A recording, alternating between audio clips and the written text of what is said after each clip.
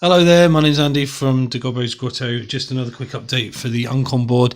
Excuse the mess on my working desk. I'm trying to do multiple things at once, like exterior walls, and at the moment I'm doing some interior walls. The reason for this video, to give you this update, is just to show you some of the detail that's going to go into the board. On the interior walls, in some of the rooms anyway, I'm going to want to put on some sort of fancy Japanese murals, their screenings.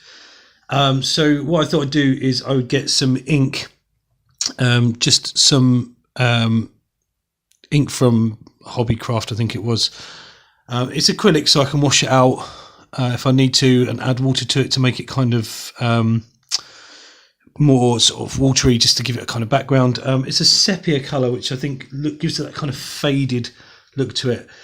Japanese artwork is littered with things like cherry tree blossoms, mountains, cranes, and all sorts of stuff.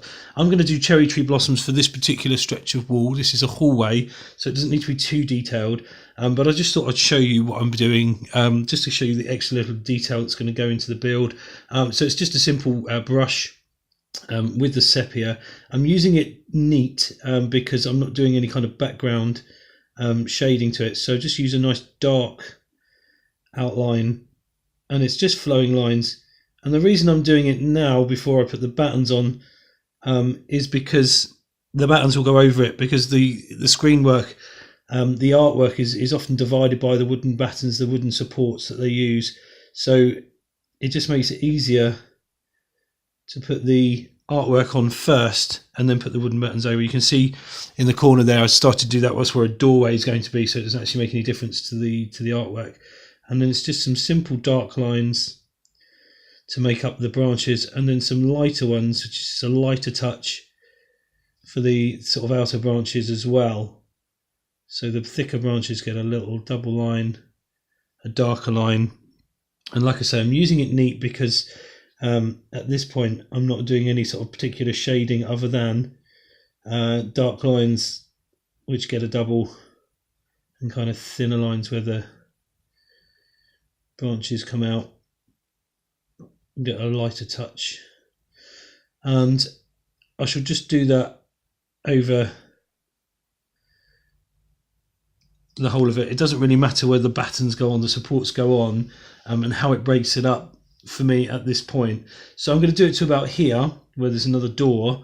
Once I've done that, I'll start adding the cherry blossoms, and then I'll come back and show you what the finished result's like.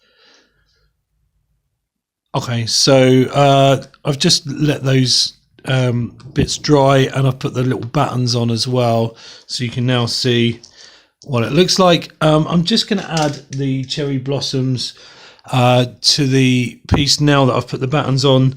So just a nice little acrylic red. I'm going to use a carmine red from Vallejo, and just strategically placing the blossoms over the top.